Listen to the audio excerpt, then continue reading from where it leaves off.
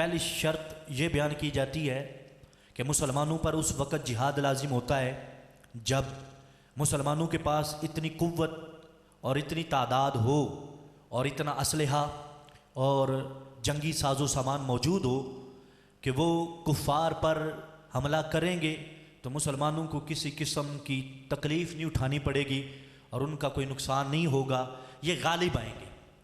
इतनी तादाद इतना सामान हो कि ये जब लड़ेंगे तो गालिब आ जाएंगे और कुफर शिकस्त खा जाएगा, तब मुसलमानों को इजाज़त होती है कि वो आगे बढ़ें और जिहाद करें। दूसरी शर्त ये है कि मुसलमानों के पास एक ऐसा तजर्बाकार सिपा सलार हो, एक ऐसा कमांडर हो, एक ऐसा चीफ ऑफ आर्मी हो जिसकी फ़ौज मातहत हो, फ़ौज उसकी बात को मानती हो और उसका फ़ौज पर मुकम्मल कंट्रोल हो। जब वो फ़ौज को हुक्म दे तो फ़ौज उसके हुक्म की तामील करे, उसके पास इतनी काबिलियत हो कि वो जंग लड़ने के तरीक़ाकार को समझता हो और फ़ौज पर उसका पूरा कंट्रोल हो। वो जिसको दाईं जानिब से कहे वो दाईं जानिब से हमला कर दें, जिनको वो बाईं जानिब से कहे वो बाईं जानिब से हमला कर दें। ये शराइत होंगी तब जिहाद किया जाएगा। तीसरी शर्त यह बयान की जाती है कि मुसलमानों के पास बैकअप मौजूद हो, एक शेल्टर, एक छत, एक ऐसा मरकज़ मौजूद हो कि खुदा न खास्ता जंग लड़ते लड़ते जो ज़ख्मी होते हैं, जो शहीद होते हैं या इस्लामी फ़ौज को कदम पीछे हटाना पड़ता है, तो ऐसी महफूज जगह, ऐसा महफूज मरकज़ और ऐसी शेल्टर वाली सूरत हाल हो कि जब मुसलमान वापस लौटे तो वहाँ पनाह ले लें। तब जाके जिहाद की इजाज़त दी जाती है कि तुम्हारे पास पीछे हटने के लिए, खुद को महफूज करने के लिए जगह मौजूद है, लिहाजा अब आगे बढ़ के जिहाद किया जा सकता है। और भी काफ़ी शराइत बयान की गई कि जब तक फ़ौजी मैदान में हैं, जिहाद में हैं, बॉर्डर पर हैं और वो लड़ रहे हैं, जितनी देर मुमकिन है कि अंदाज़ा लगाया जा सकता है ये जंग महीना चलेगी, 2 महीने चलेगी, साल चलेगी, उतने अखराजात मौजूद हों कि फ़ौज लड़ती रहे, उनको भी दाना पानी पहुंचता रहे और उनके घर वालों को भी पहुंचता रहे। फिर तुम पे जिहाद लाजिम होता है, फिर जिहाद फ़र्ज होता है। लेकिन ये जितने भी शर्तें बयान की जाती हैं, ये सारी शर्तें जिहाद इक़दामी की हैं। ये उस वक़्त है जब किसी मुसलमान ने कदम उठा के किसी काफिर पे हमला करना हो और जब सल्तनत इस्लाम को वुसअत देनी हो, जब इस्लाम की बाउंड्री को आगे बढ़ाना हो, जब खुद किसी काफिर पे हमला करके और उनको या तो इस्लाम की तरफ लाना हो या फिर उनकी औकात याद दिलानी हो। ये शराइत सारी फुकहा ने तब की हैं। लेकिन जिस वक़्त इस्लाम पे हमला हो जाता है, जिस वक़्त इस्लाम के किसी मुल्क पे हमला होता है या किसी सूबे पे हमला होता है या किसी शहर पे, हत्ता के किसी एक मुसलमान पे भी हमला होता है, फिर यह शराइत नहीं देखी जाती। फिर जिस जगह पे हमला होता है उस पे जिहाद फर्ज ऐन हो जाता है। उस वक़्त यह नहीं देखा जाता हमारे पास इतनी फौज है या नहीं है, उस वक़्त यह नहीं देखा जाता कि हमारे पास इतने हथियार है या नहीं है, उस वक़्त यह नहीं देखा जाता हमारे पास कोई बड़ा सिपा सलार है या नहीं है, ना ही यह देखा जाता है सर छुपाने के लिए और पनाह लेने के लिए कोई बड़ा मरकज है या नहीं है, हमारे पास दाना पानी, कोई अनाज है या नहीं है। उस वक्त यह देखा जाता है ये मुसलमान है, मुसलमान पे हमला है और मुसलमान की इज्जत, मुसलमान के खून की हुर्मत और मुसलमान का मकाम और मर्तबा वो इतना आला है। फरमाया कायनात लुटती है तो लुट जाए, मुसलमान का खून जाया नहीं होना चाहिए, मुसलमान का खून रहेगा नहीं होना चाहिए और मुसलमान पे कुफर का हमला नहीं होना चाहिए। जब हमला हो जाए फिर शर्तें नहीं देखी जाती, फिर जंग को कबूल किया जाता है, फिर पीठ नहीं फेरी जाती, फिर मुंह फेर के भागा नहीं जाता, फिर मैदान में लड़ा जाता है, फिर जुर्रत व बहादुरी के दास्तान जो है वो रकम किए जाते हैं और फिर जुर्रत व बसालत दिखाई जाती है। लेकिन क्या करें, आज जिस जमाने में हम जिंदा हैं, आज जिस जमाने में हम जिंदगी गुजार रहे हैं, सब कुछ होने के बावजूद मुल्क खुदादाद पाकिस्तान के पास क्या नहीं है? क्या हमारे पास दुनिया की बेहतरीन फौजों में से एक फौज नहीं है? क्या हमारे पास एक कुव्वत वाला चीफ ऑफ आर्मी नहीं है? क्या हमारे मुल्क में इनको पनाह देने की कोई जगह नहीं है? क्या हमारे पास हथियारों की कोई कमी है? यह तो इकदामी जिहाद में भी आगे बढ़ते तो इनके पास साजो सामान था कि ये आगे बढ़ के कुफर को नाकू चने चबवाते। लेकिन क्या करें, हमने मुसल्लत ही अपने ऊपर वो किए हुए हैं, इकदामी जिहाद छोड़ो, इन पर जिहाद मुसल्लत भी हो जाए, हमला भी हो जाए, तो ये कहते कोई ऐसी राह निकालो जहां पर मैदान ना लगाना पड़े, कोई ले दे के, कोई माफी तलाफी करके जान छुड़ानी पड़े। ये बदबख्ती है। ये हमारे लिए समझ लें कि एक तरह की आजमाइश है। कहां वो सरजमीने हरम थी कि जिहाद का जो तरीका होता, जो सिलसिला होता, यकीन जाने उन्होंने कभी भी जिहाद के अंदर हथियार पे फोकस किया ही नहीं था। इस्लाम की सारी जंगें उठा के देखें, मुस्तफ़ा जान रहमत सल्लल्लाहु अलैहि वसल्लम ने अपने ज़ाहरी हयात के जो आखिरी 8 साल हैं उनमें 27 गज़वे लड़े हैं। कभी भी तलवार पे कभी भी एतबार नहीं किया गया। तलवार पे तकिया लगा के नहीं बैठे मुसलमान, तीर नेज़े भाले पर एतमाद करके नहीं लड़े, और वो कभी भी जिस्मानी कुव्वत के पेश नजर लड़े ही नहीं है। वो जब भी लड़े हैं रूहानी कुव्वत के बलबूते पे लड़े हैं। वो बदनी कुव्वत से लड़े ही नहीं है, वो जब भी लड़े हैं वो मदनी कुव्वत से लड़े हैं। याद रखिएगा, मुसलमान के अंदर जो ईमान है और उस ईमान की जो हरारत है, उसको हथियार की जरूरत ही नहीं है। उसको किसी क्लाशनकोव, किसी 3G, किसी बम एटम या मिसाइल की जरूरत ही नहीं है। मोमिन अपना ईमान का जज्बा लेके मैदान में उतर जाए, ये नारा तकबीर लगाता है तो गोली से ज्यादा काम कर जाता है। आप बदर से लेकर करबला तक देखते चले आए, हक वालों ने कभी भी हथियार पे एतमाद किया ही नहीं है। बदर के अंदर सहाबा इकराम लड़ने वाले 305 थे, इज्तिमाई तौर पर 313 थे, लेकिन कईयों की सरकार ने ड्यूटी लगाई हुई थी, आपने इधर से जाके मुआयना करना, कोई और काफिर तो नहीं आ रहा, इधर से मुआयना करना, ये करना, वो करना है। 5-6 सहाबा की तो ड्यूटी थी। ये मैदान में जो उतर रहे थे, जो तलवार चला रहे थे, जो लड़ रहे थे, वो 304-5 थे। 304-5 लड़ रहे थे, मुकाबले में बयान किया जाता 950 या 1000 था। इनके पास तलवारें भी पूरी नहीं थी, नेज़े भी नहीं थे, तीर भी इतने नहीं थे कि सबको मिल जाते। निहत्ते मैदान में खड़े थे, लेकिन मुकाबले में आने वाला वो तकरीबन 1000 काफिर, जिनके पास तलवारें भी तादाद से ज्यादा, हथियार भी तादाद से ज्यादा, और साजो सामान भी तादाद से ज्यादा, जरूरत से ज्यादा सब कुछ था। लेकिन तारीख गवाह है कि जिनकी क्वांटिटी ज्यादा थी वो हार गए, और जो तादाद में थोड़े थे उन्होंने इस्लाम की सरबुलंदी की, उन्होंने परचम इस्लाम लहराया, और जुर्रत और बहादुरी के ऐसे नुकूश छोड़े कि कायनात में उसकी मिसाल देना मुश्किल है। किस बुनियाद पर? तलवार के सर पर नहीं, सरकार के कदमों के सदके था, ईमान का जज्बा था। ओहद में जाओ, ओहद में अगर सहाबा इकराम की तादाद 700 है, मुकाबले में 3000 है, तारीख में देख लो कि मुसलमान फिर भी अपनी शान और शौकत के साथ लड़ रहे थे। आप आगे बड़े खंदक में चले जाएं, अगर खंदक में सहाबा 3000 थे तो मुकाबले में आने वाले कई हजार थे। अरे और दूर क्या जाते, जंगे मूता को उठाओ, 3000 मुसलमान 1 लाख के लश्कर से लड़ रहा था। कितने मुसलमान? 3000 मुसलमान 1 लाख से लड़ रहा था। मैं कहता हूं जरा मुझे तकसीम करके बताओ, एक के पल्ले में कितना आता है? क्यों लड़ रहे थे? ईमान के पेशे नजर, कुव्वत ईमानी थी उनके अंदर।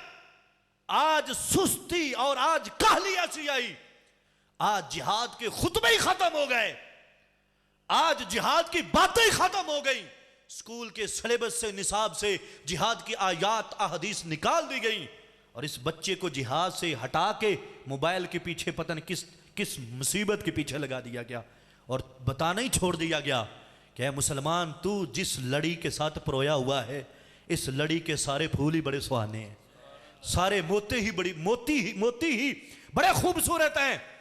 इसके अंदर ईमान की हरारत है, एक चिंगारी है, उसे जगा के देखो। रब्बे काबा की कसम, मुसलमान आज गैरत खा लें, आज इकट्ठे हो जाएं। ये कुफ्फार मौत के नाम से डरते हैं, ये किसी मुजाहिद का सामना नहीं कर सकते। इनको एतमाद अपने हथियार पे है, अपनी इकोनॉमी पे है, अपनी कुव्वत पे है, और ईमान वालों को एतमाद होता है तो रब्बे कायनात के अता करदा कुव्वत पे होता है, मुस्तफ़ा जान रहमत सल्लल्लाहु अलैहि वसल्लम से मिले हुए ईमान पर होता है।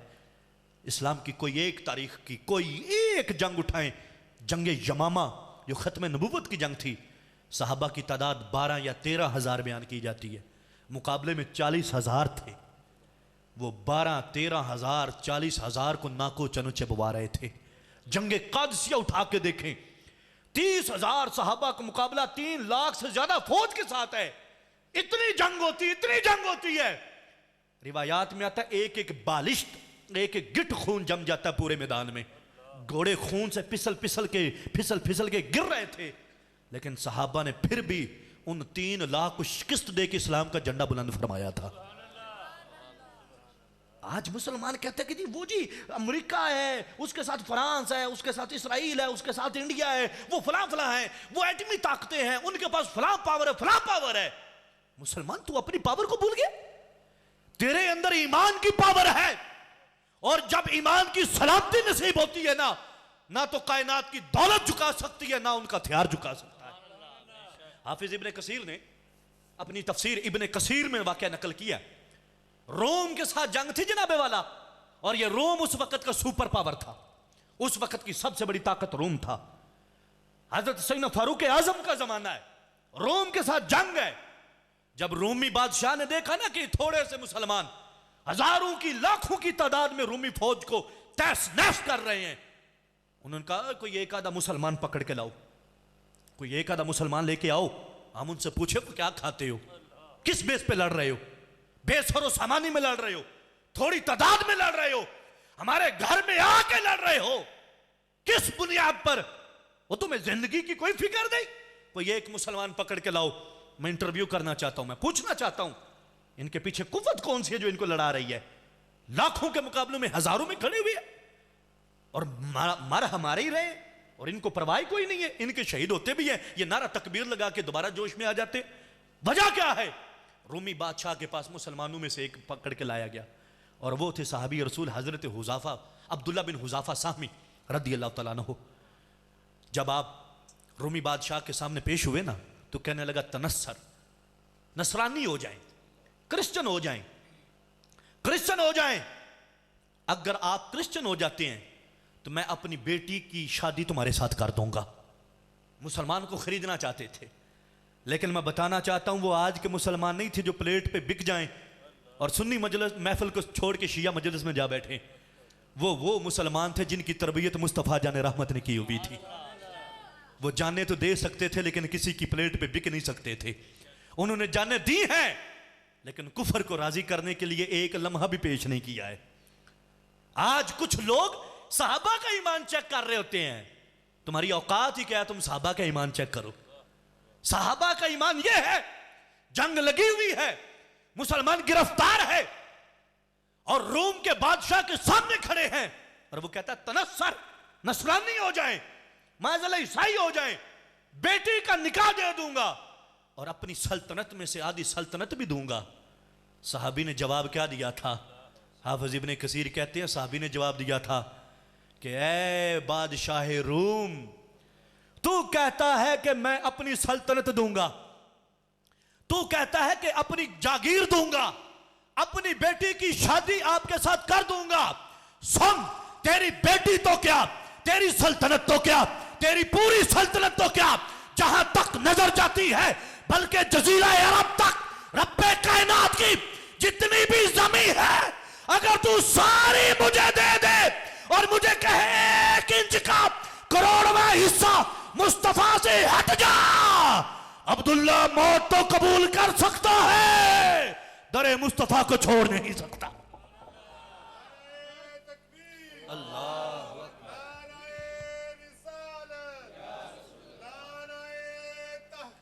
हक जारिया लब्बैक या रसूल अल्लाह, लब्बैक लब्बैक या अक्सा, लब्बैक लब्बैक या अक्सा। जनाबे वाला उसने कहा तनस्सर, नसरानी हो जाए माज़अल्लाह, बेटी भी देता हूं, आधी सल्तनत भी देता हूं। फरमाया तू कायनात की सारी सल्तनत मुझे दे दे और कहे कि मुस्तफा जाने रहमत के दीन से हट जा, तो कहने लगे तुरफत आईन, आंख चपकने का लम्हा भी मुस्तफा को छोड़ नहीं सकता, नहीं छोड़ सकता। उसने कहा मरने के लिए तैयार हो जाओ। फरमाया ठीक है, आज सितमगर हुनर आजमाए, तू तीर आजमा हम जिगर आजमाए। ठीक है, दो मौत कबूल है। उसने सरेआम चौक के अंदर फांसी का इंतजाम किया। हाफिज इब्ने किसी ने बड़ी तफसील के साथ लिखा है, लिखते हैं कि उसने फांसी का इंतजाम किया चौक के अंदर, अपने किले के, अपने शहर के सारे लोगों को इकट्ठा किया कि एक मुहम्मदी को हम माज़अल्लाह शहीद करने लगे। और आपके पता है ये दस्तूर होता है, जब किसी को फांसी दी जाती है तो उसके सर पर कपड़ा डाला जाता है। हज़रत अब्दुल्लाह रज़ियल्लाहु तआला उनके सर पे उसने कपड़ा नहीं डाला, सामने खड़ा कर दिया और 4-5 तीर अंदाज सामने खड़े कर दिए। और तीर अंदाजों को कहा कि तीर लगना नहीं चाहिए, कोई इधर से जाए कोई इधर से जाए, डराना है। डराने के बाद इससे कहूंगा कि मोहम्मद मुस्तफा के दीन को छोड़, फिर देखते हैं क्या करता है, इसका ईमान तो चेक करें कितना ईमान है।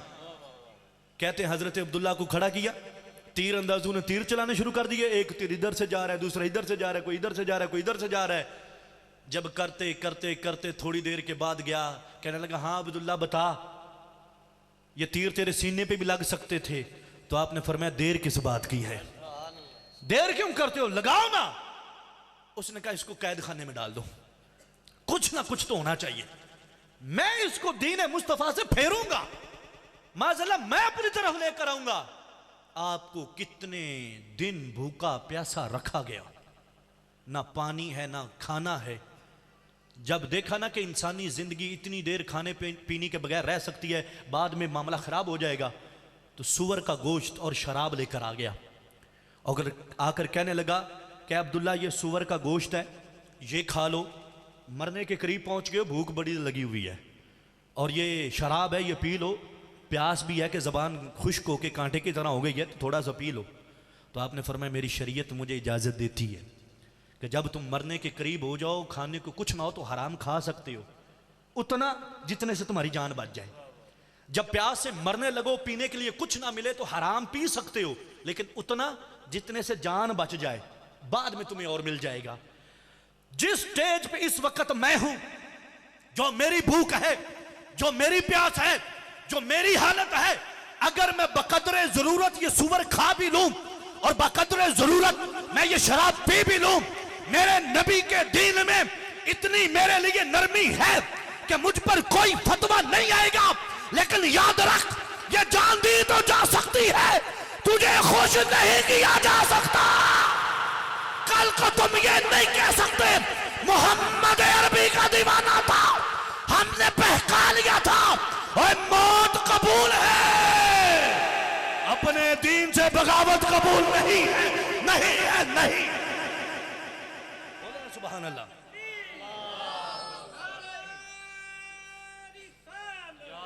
या रसूल अल्लाह।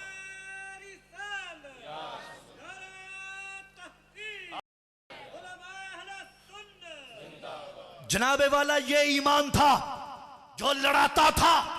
आज ईमान का मेयार देखो, आज कमजोरी इतनी आ गई है। फलस्तीन के लिए बात करनी है हमने, हमारे मोहल्ले के पूरे बंदे सुनने के लिए दिया है कि फलस्तीन के दुख लेके आए। ईमान कमजोर हो गया हमारा। कुरान वही कुरान है जिसको सिद्दीक़ अकबर तिलावत करते, फारूक आजम, उस्मान गनी, मौला अली, सहाबा इकराम, अहले बैत अतहार तिलावत करते और दुश्मन पे चढ़ जाते। कुरान की ना नूरानियत में कोई कमी आई है, ना इसके जज्बे में कोई कमी आई है। अल्लाह के फजल करम से कुरान आज भी ताबनाक है, आज भी रूहानियत देता है, आज भी नूरानियत देता है। कमजोरी आई तो हमारे उस सीने में आई जिसने कुरान को समाना था, इसको महफूज करना था, इस पे अमल करना था। सुस्त हम हुए हैं। हज़रत हुज़ैफा रज़ियल्लाहु तआला अन्हु जब यह मामला भी हुआ, उसने कहा यार क्या बंदा है, ये क्यों काबू में नहीं आ रहा।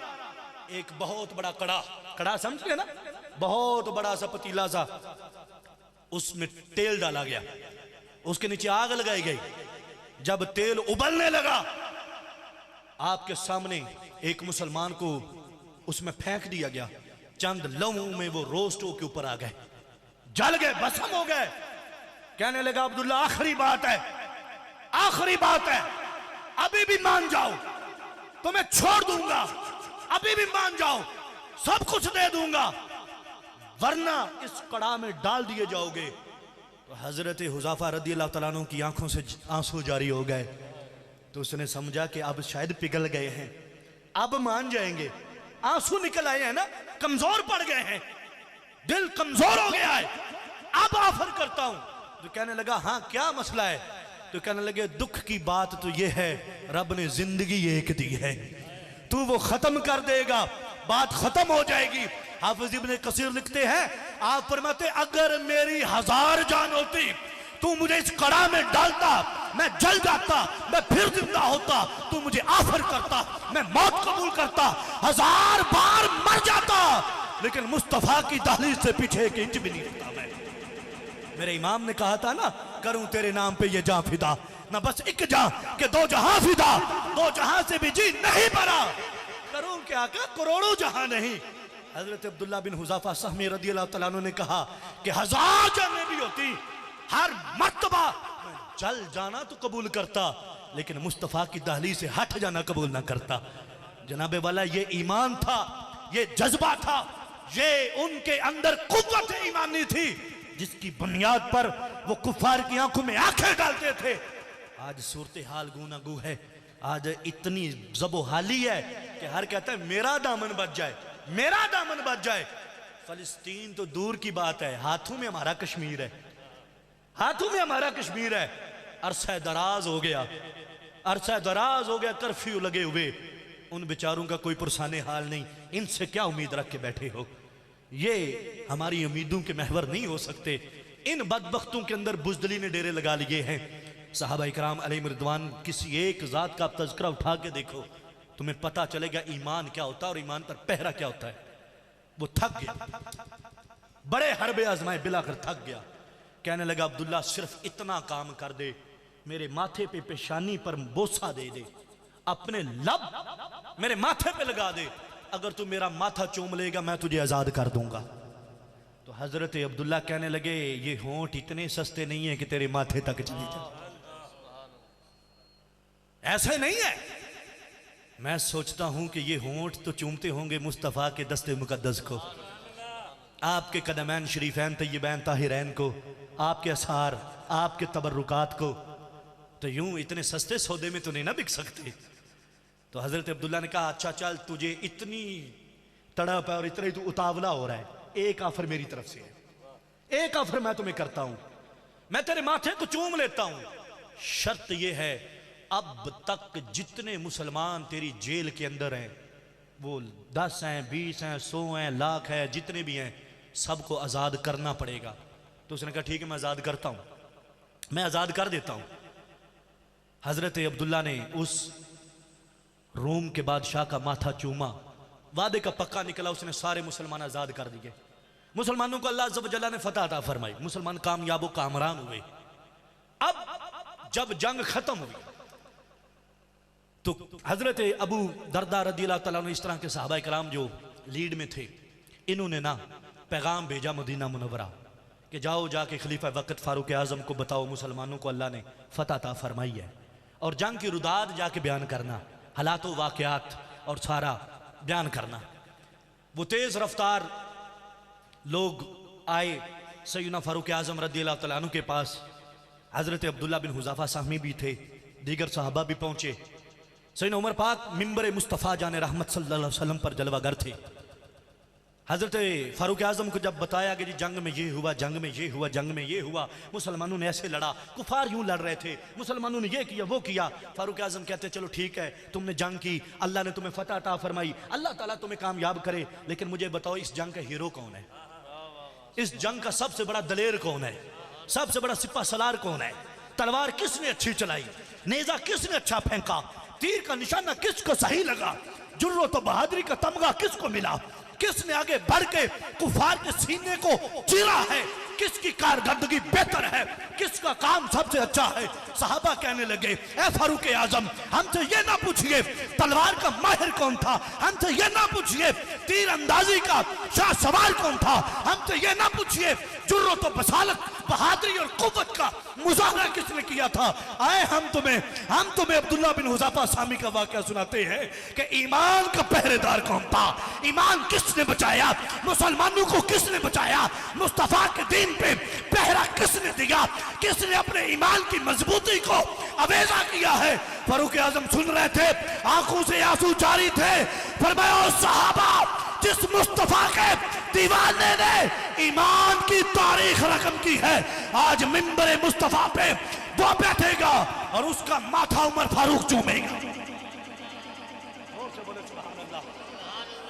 जनाबे वाला, जब ईमान पे पहरा दिया जाता है, जब ईमान पर डाकू आए उसे भगाया जाता है, ईमान की दौलत को महफूज किया जाता है, अल्लाह ताला फिर इज्जतों के ताज भी अता फरमा देता है। फरमाया, मदीने की सरजमी थी, मिंबरे मुस्तफा था, हजरत अब्दुल्ला बैठे हुए थे, फारूक आजम ने चूमा, दूसरे सहाबी ने चूमा, जितने सहाबा मौजूद थे सभी ने हजरत अब्दुल्ला का माथा चूम के उनको इनाम अता फरमाया। ईमान की दौलत हो, हरारत ईमानी हो, गैरत ईमानी हो, फिर मैदान लड़े जाते हैं।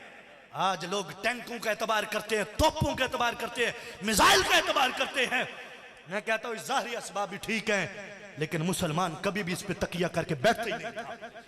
मदीना मुनव्वरा में आवाज लगाई गई, ओ मुसलमानों निकलो, जिहाद का वक्त है, मुस्तफा जाने रहमत बुला रहे हैं, इलाए कलिमतुल हक के लिए, इस्लाम की सरबुलंदी के लिए, दुनिया के कोना कोना में इस्लाम की तालीमात पहुंचाने के लिए मुजाहिदों की जरूरत है।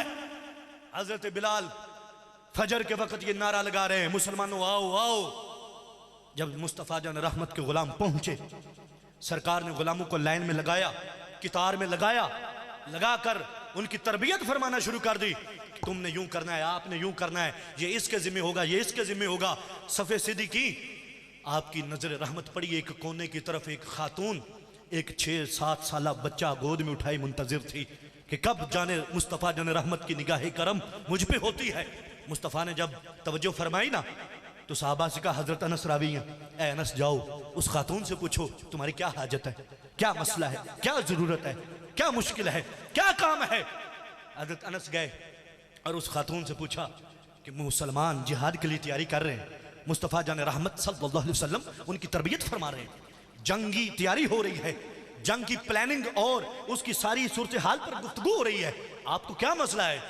अब देखना, जिस वक्त माँ की लोरी में गैरत का सबक होता है ना, तो फिर बच्चे चाहे 7-8 साल के क्यों ना हो, बल्कि पालने में हो, तो वो गैरत की बात करते हैं, वो जुर्रत की बात करते हैं कि जब माँ ने सबक ये पढ़ाया हो, जब बाप ने ये सबक पढ़ाया हो, और जब बाप का किरदार जुर्रत वाला हो, औलाद जुर्रत वाली पैदा होती है। और जब बाप का अपना किरदार ही दुनिया के फैशन में और दुनियादारी में गर्क हो गया हो, तो बच्चों से ये एक्सपेक्ट करना और ये उम्मीद रखना कि खालिद बिन वलीद के गुलाम पैदा होंगे, ये तो हो ही नहीं सकता। सहाबिया कहने लगी, मेरा शौहर जिहाद में शहीद, मेरे बड़े बेटे जिहाद में शहीद, मेरे अजीजों अकरबा जिहाद में शहीद हो गए, मैं आज इसलिए आई हूं कि मेरी गोद में ये छोटा बच्चा, इसके सिवा कुछ भी नहीं, और मुस्तफा जाने रहमत की बारगाह में ये बच्चा लेके आ गई हूं कि या रसूल अल्लाह, और कुछ नहीं, इसको कबूल कर लीजिए, और ये बच्चा और कुछ भी नहीं कर सकता। तो जब आपके किसी गुलाम को तीर लगने लगे, उठा के मेरे बच्चे को आगे कर दीजिएगा, उठा के आगे कर दीजिएगा।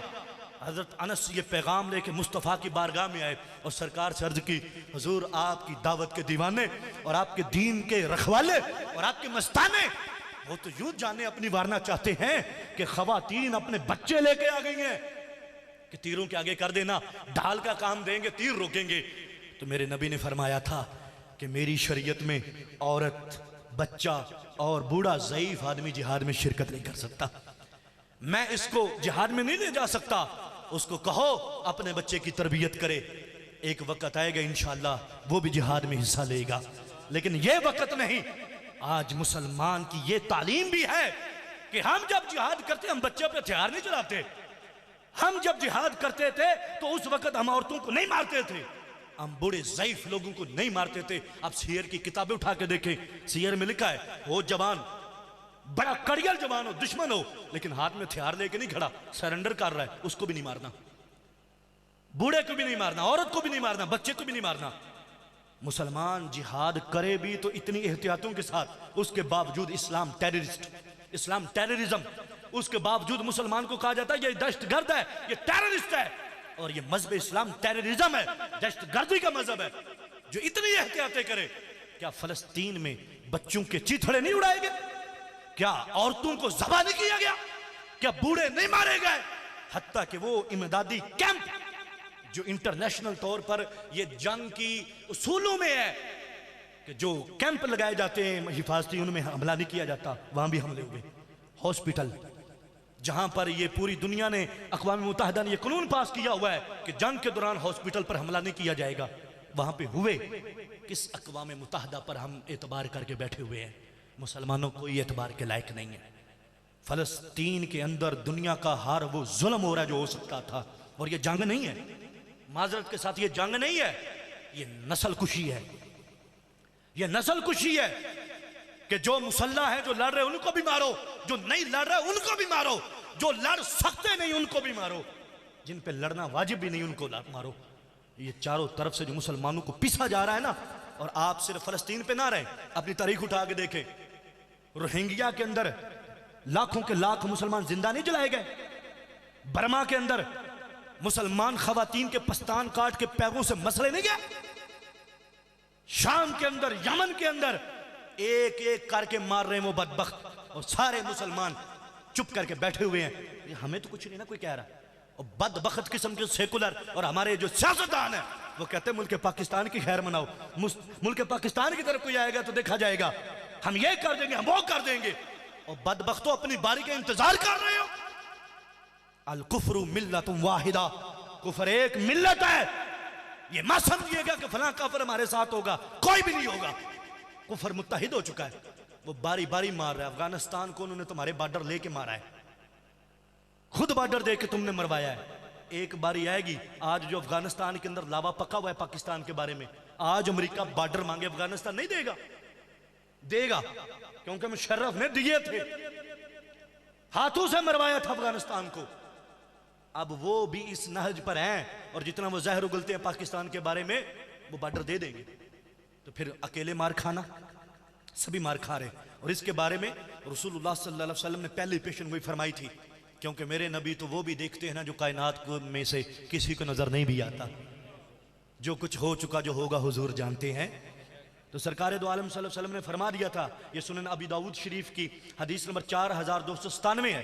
सरकार फरमा, यूशिकुल उमामो अन तदा अलैकुम, अन करीब सारी उम्मतें, सारे लोग मेरी उम्मत पर झपट पड़ेंगी। फरमाया कैसे? जैसे एक थाल खाने का होता है और कई खाने वाले आ जाते हैं, हर एक चाहता है मैं भी लुकमा ले लूं, मैं भी लुकमा ले लूं, मैं भी लुकमा ले लूं। सरकार ने फरमाया मेरी उम्मत पर दूसरी उम्मतें यूं हमला कर देंगी, यूं होगा।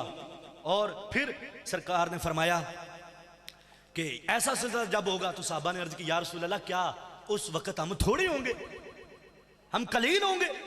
नहनु यौमा इज़िन, उस दिन क्या हम बिल्कुल थोड़े होंगे?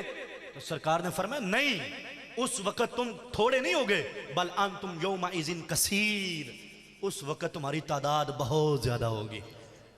मैदान सज रहे थे 313 के हजारों के साथ, तो फतह और कामयाबी थी। सरकार फरमाते मैं जिस वक्त की खबर दे रहा हूं, जब चारों तरफ से मेरी उम्मत पे हमला होगा, उस वक्त थोड़े नहीं होंगे, बल्कि बल अंतुम यौमा इज़िन कसीर, उस दिन तुम्हारी तादाद बहुत ज्यादा होगी। तुम्हें पता है कितनी तादाद है मुसलमानों की? 2 बिलियन, 2 अरब। कितनी? दुनिया की दूसरी बड़ी कम्युनिटी इस्लाम है। सबसे ज्यादा इस वक्त दुनिया में क्रिश्चियन है, ईसाई जिनको कहा जाता है। दूसरे नंबर पर बड़ी तादाद इस्लाम की है, मुसलमानों की है। फिर जाके कहीं हिंदुओं का नंबर आता है, फिर जाके कहीं बुद्धिस्ट का नंबर आता है, फिर जाके कहीं छोटे मोटे मजहबों का नंबर आता है। और ये जो इसराइल है, यहूद, इनका नंबर तो आते ही 15वें 16वें नंबर पे जाके, बहुत पीछे जाके नंबर आता है इनका। ये तो तादाद में कुछ भी नहीं है। 2 अरब, तकरीबन 2 अरब मुसलमान मार खा रहा है। वजह कि वो गैरत ईमानी खत्म हो गई है, वो जज्बा जिहाद खत्म हो गया है। जब तक जिहाद जारी था, मुसलमान लड़ते थे। अगर खानदान में से कोई एक शहीद होता, बाकी सारा बदला लेने के लिए तड़पते, और शहादत के जज्बे के लिए निकलते, आज बाउंड्री लगा के फौजें बना के घरों में बैठ गए और वो जिहाद, वो शहादत, वो सारे कुछ छोड़ गए। तो मामले तो ऐसे होने ही थे, सुस्तियां तो आनी थी। और मैं समझता हूं, मैं बड़ा इतराफ करता हूं कि कहीं ना कहीं गलती हमारी भी है कि हम साल के अंदर 50 जुमे तो पढ़ा देते, शायद जिहाद का भी कोई जुमा हमने पढ़ाया हो, हमने भी कौम को बेदार किया हो। सुस्तियां तो हैं जनाबे वाला, लेकिन सदा सुस्त तो नहीं रहना, सदा मार तो नहीं खानी, कभी तो बेदार होना है, कभी तो नस्ल को बताना है कि तुम वो नहीं हो जिन्होंने न्यूटन और आइंस्टाइन के नाम के रट्टे लगाने हैं, तुम वो हो जिनके पीछे रूहानी तौर पर खालिद बिन वलीद खड़े हैं, जो एक अकेला 33,000 के साथ लड़ जाता था। फिर आप तारीख उठा के देखें, हजरत खालिद बिन वलीद रदियल्लाहु ताला अकेले ने 33,000 का मुकाबला किया है। कितने का? एक रवायत के मुताबिक 37,000 का। कितने का? कितने का? और जनाबे वाला ये कहानी लगती है, आज बताया जाए तो किस्सा लगता है, लेकिन ये तारीख के माथे का सुनहरी झूमर है कि अल्लाह की तलवारों में से एक तलवार खालिद बिन वलीद अकेले थे, सामने 37,000 का लश्कर था। आज अकेला बंदा 37 बंदू से नहीं लड़ सकता, और 37 छड्डो 70 नाल नहीं लड़ सकता। तो जो अकेला 37,000 के सामने खड़ा था, आज हमारे हीरो ये नहीं है, हमारे हीरो वो है। फिर अल्लाह तबारक व तआला की मदद आ गई, पीछे से मुसलमान आ गए, अल्लाह ताला ने फतह और कामयाबी अता फरमाई। लेकिन जिस वक्त अकेले उनके कब्जे में आ गए थे तो हटे नहीं थे, लहरा के तलवार बोल रहे थे कि करके आते जाओ, तुम्हें पता चलेगा मुस्तफ़ा के गुलाम से लड़ना इतना आसान नहीं होता। मुसलमानों, हम वो अपना खजाना वो कहीं गुम कर बैठे हैं, हम अपना वो जज्बा वो लगता है हमारा चोरी हो गया है, हमें सुस्ती आ गई है। बेदार हो जाएं, अपने हिस्से का चिराग जलाएं, अपने हिस्से का चिराग जलाएं। कयामत के रोज मुझे नहीं पूछा जाएगा कि इरफान तू बॉर्डर पे क्यों नहीं गया, मुझे ये पूछा जाएगा तुझे इल्म दिया था, तूने बात की या नहीं की। ये उलमाए कराम जो प्लेटफार्म आपको दे रहे हैं, आपको बुला के बता रहे हो, सुनो समझो, समझो मुसलमानों, ना समझोगे तो मिट जाओगे, दास्तां तक न रहेगी तुम्हारी दास्तानों में। ये तुम्हें बेदार कर रहे, इनका काम वमा अलैया इल्लल बलागुल मुबीन, इनका काम सिर्फ बता देना है, वो बता रहे हैं, आपका काम अमल करना है। और इस वक्त जिहाद का काम करना हमारी फौज का काम है। आज लोग कहते हैं ये जो मौलवी फतवे देते फिरते हैं, ये क्यों नहीं जाते? खुदा की कसम उठा के कहता हूं, ये हदीस मुस्तफा पे हाथ रख के कहता हूं, ये मिंबर पे बैठ के कहता हूं, खोल दो बॉर्डर फिर, और ये गौरी, ये शहीन, ये फलां हमें दे दो। आर पार की जंग ना हुई तो फिर कहना, हमें तो मौत ने रोका हुआ है, अगला लम्हा ही दीदारे मुस्तफा का है। एक नुक्ता बयान कर दूं, और मैं थोड़ी खिताबत भी दिखा दी तो। काजी महमूद आलूसी बगदादी रहमतुल्लाह अलैह ने तफसीर के अंदर नकल किया, आप फरमाते हैं कि रिवायात में आता है जब शहीद होता है ना बंदा, शहादत होती है, तो उसे सिर्फ इतनी दर्द होती है जितना चींटी काटती है, ब्रीक सी, जरा सी, और लुत्फ इतना आता है कि कोई बयान नहीं कर सकता। आप फरमाते मैं दलील देता हूं, दलील ये है, आप कहते हैं कि जिस वक्त हजरत प्यारे हजरत यूसुफ अलैहिस्सलाम का पाक जबाना था, तो जुलेखा ने अपनी सारी सहेलियां इकट्ठी की, इकट्ठी करके कहा तुम मुझे ताने देती हो कि यूसुफ की असीर हो गई है, यूसुफ यूसुफ करती रहती है, आज मैं तुम्हें झलक दिखाती हूं कि मैं यूसुफ यूसुफ क्यों करती हूं। वो मुंतजिर थी, इंतजार कर रही थी यूसुफ आएंगे और आके झलक दिखलाएंगे। इतने में उनके पास फ्रूट रखा गया, छुरियां दे दी गई, वो छुरियों से अपना फ्रूट वगैरह काट रही थी। इतने में हजरत यूसुफ अलैहिस्सलाम की एंट्री होती है, आप जलवागर होते हैं, आपकी तशरीफ आवरी होती है। इमाम आलूसी बगदादी लिखते हैं जब उन औरतों की नजर हजरत सय्यदुना यूसुफ अला नबीना व अलैहिस्सलातु वस्सलाम पर पड़ती है तो इतनी दम बुखार हो जाती हैं, उनके हुस्न में इतनी मुनहमिक हो जाती हैं, उनके हुस्न में इतनी गर्क हो जाती हैं, उनको पता ही नहीं चलता कि उंगली कट रही है या फ्रूट कट रहा है। इमाम फरमाते हैं जब बंदा शहीद होता है दर्द क्यों नहीं होता, इधर मौत आती है, उधर मुस्तफा के जलवे, इधर हजरत इजराइल दस्तक देते हैं, इधर मौत आती है, उधर मुस्तफा के जलवे होते हैं। और शहीद नबी को देखता है, जान निकलती है। हुस्ने यूसुफ आए, दर्द नहीं होती, उंगली कटती है। कहा हुस्ने मुस्तफा है, गर्दन कट जाए दर्द नहीं हुआ। ओए जोर न ओए उच्ची बोलो है। शहीद को मरने से पहले वो रुख दिखाया जाता है, वो चेहरा मुनव्वर दिखाया जाता है, जिसकी एक झलक खुदा को याद दिला देती है। महबूब चेहरा नजर आता है। फरमाया हुस्ने यूसुफ सामने आए तो उंगलियां कट जाए पता नहीं चलता, शहीद के सामने हुस्ने मुस्तफा पता ही कैसे चले। खोलो बॉर्डर, तुम्हें पता चले मुफ्ती ने अगर फतवा दिया तो मुफ्ती कैसे जाता है। तुम्हें पता ही नहीं है, ये दुनिया तो है ही कुछ नहीं, ये तो मताउल गरूर है, ये मताउल कलील है, खत्म होने वाली है। ओए मोमिन की जिंदगी तो शुरू ही कब्र से होती है। हम तो जी इसलिए रहे हैं कि कब मौत आए और मुस्तफा के दीदार के लिए आगे चले जाए, कब कब्र की खिड़की खुले, कब रब्बे कायनात की बारगाह में हाजिरी हो। मुफ्तियों को भेजो, मौलवियों को भेजो, जाने के लिए तैयार है हम। अल्लाह के फजल करम से तैयार है ना आप? तैयार है ना आप? मौत की कोई परवाह नहीं। मौत तो एक चीज का नाम है, इंतकालो मिन दारिन इला दारिन। वो एक घर से निकल के दूसरे घर में जाने का नाम मौत है। हमने तो घर बदलना है, हमने ये घर छोड़ के अगले घर जाना है। और ये मुसीबतों, आजमाइशों, लोड शेडिंग, बहरान, कहत वाला घर छोड़ के अल्लाह के फजल करम से उस घर में जाना है जहां पर अल्लाह ताला ने अपनी नेमतों की फरावानियां अता फरमा रखी हैं। मौलवियों ने फतवा दिया, इनको लगाओ, जाने के लिए तैयार है। लेकिन बदबख्तो, तुम मुल्क का सबसे बड़ा बजट खाते, तुम कब जाओगे? तुमने ये बम किस लिए बनाए हैं? तुमने ये इतना बड़ा लश्कर क्यों तैयार किया है? आए रोज इतने अरबों खरबों डॉलर तुम्हारे लिए क्यों खपते हैं? आज अगर हमने जाना है तो हमारा काम है बताना कि मुसलमानों तुम पे जिहाद लाजिम हो चुका है।